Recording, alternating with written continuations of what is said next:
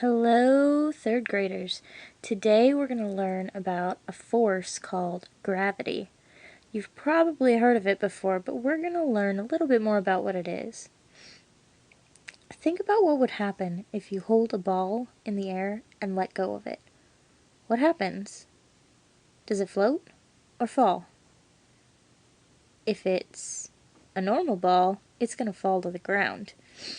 It's being pulled toward the ground by a force called gravity.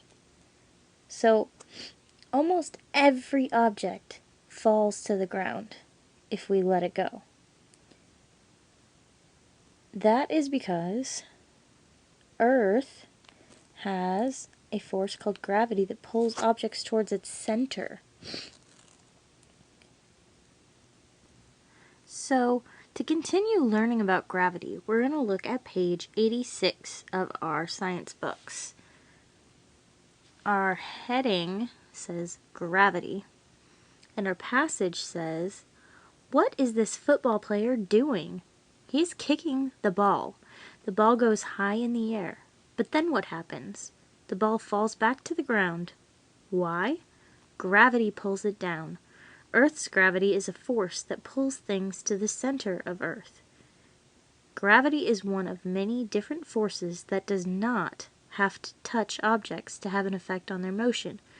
Gravity pulls on objects without touching them."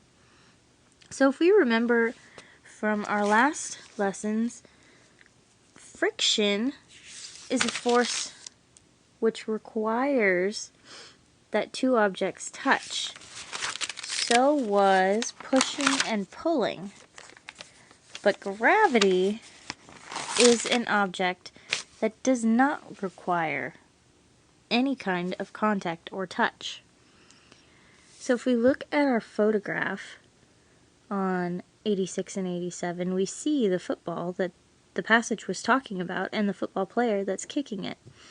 Our caption says, "Gravity will pull this ball back to the ground after the player kicks it into the air." So let's look at the picture and think. What force causes the football to move up through the air? Well, that sounds kind of like what would have happened in our last chapter.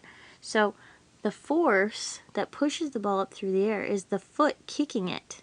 So the foot needs to touch the ball in order to push it. But what force causes the ball to fall to the ground once it's been kicked? That would be gravity. So I wonder if gravity is a pushing force or a pulling force.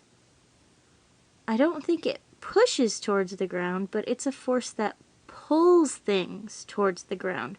So it would be a pulling force. So, unlike the force of the kick, gravity does not touch the ball. It pulls on it without touching it. So now I want you to take a second, and I want you to think about some of the ways which you are affected by gravity, like certain activities that you might do, or maybe what it's like to walk or trip. So think about how gravity affects everything that you do. One way is when you hold your arms over your head and say that you are using a force to hold them up. What are we doing? What force are we using to hold our arms up in the air? We're using our muscles to pull them because gravity wants to pull them down. So that would be why if we hold our arms up in the air for a long time, they start to feel really tired because our muscles have to work against gravity to pull our arms up in the air. Because gravity wants to pull it towards the center of the earth. It wants to make it fall to the ground. So let's turn to page 88 and look at our first photograph. There's a girl who is using a jump rope, and she's jumping off the ground. So what force did she use to jump off the ground? Well, she had to have used her feet and her legs, And I think it feels like a push. When I jump up in the air, I use my feet to push away from the ground. So I think the force she uses is a push. But what do you think is going to happen next? Is she going to stay in the air? Is she going to keep going up? Or will gravity pull her back down to the ground? I think I've seen people jump rope, and after they jump up in the air, they come back to the ground. So I guess gravity is what causes that. Because gravity pulls everything toward the center of the earth, even if it's not touching the ground. So let's read page 88. Our passage says, "Gravity pulls on everything on earth. Try this simple test. Hold your hands over your head. What happens after a few minutes? Your arms start to feel tired. Why did your arms get tired? Gravity was pulling down on them. Gravity made your arms feel tired and heavy. It feels good to let your arms down and relax." I agree. Sometimes it's not very comfortable to hold your arms up in the air for a long time. So our passage tells us why gravity is so important. It pulls us down all the time. Now let's look at our caption for our photograph. It says, "Gravity pulls everything toward the center of Earth, even you." So that's why when you're walking and you trip, you fall down. Because something is pulling you towards the ground. Well, that makes sense. Now let's look at page 89. Our passage says, "Has a doctor ever measured your weight? Weight depends on gravity. It also depends on the mass of objects. The pull of gravity is stronger on objects with more mass. This means objects with more mass weigh more. A stack of books feels heavier than one book. The pull of gravity is greater on the stack of books. The weight of the books is the measure of the pull of Earth's gravity on the books." So gravity is what makes us weigh so much. That's interesting. But it has to do with mass, too. And we remember reading about mass before. So if we think back, we remember that mass is the amount of matter in an object. So how much matter is in an object plus how much gravity is how much something weighs? That's interesting. Let's look at our other photo insert and read the caption. It says, "Weight measures the pull of gravity." All right, well that's making sense. So let's think. What is gravity? Gravity was a force that pulls on everything without having to touch it.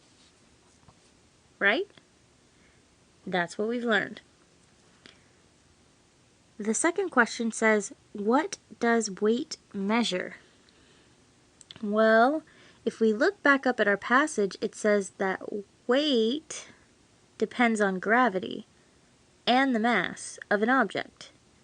So I think that weight means the pull of gravity on an object. How much the Earth's gravity pulls on it is how much it weighs.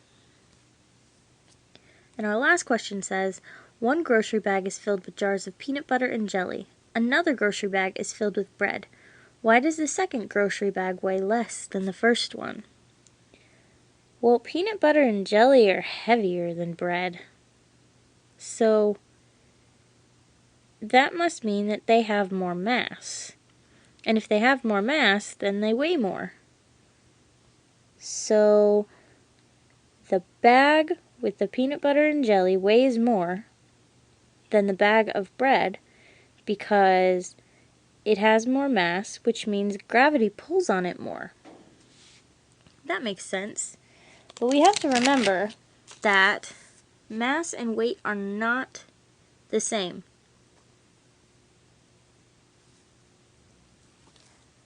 For example, if you have seen people on the moon, they kind of bounce.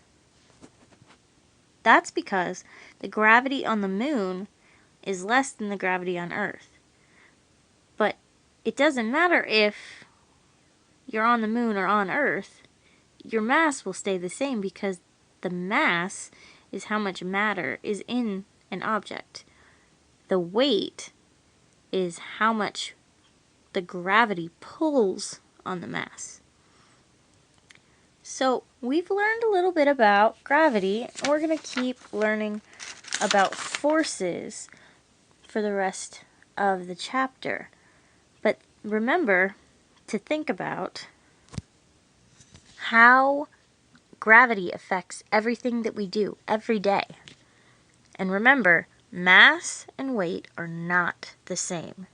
Mass and weight are different because mass is the same no matter where you are, and weight is dependent, or it has to have the gravity or the force pulling down.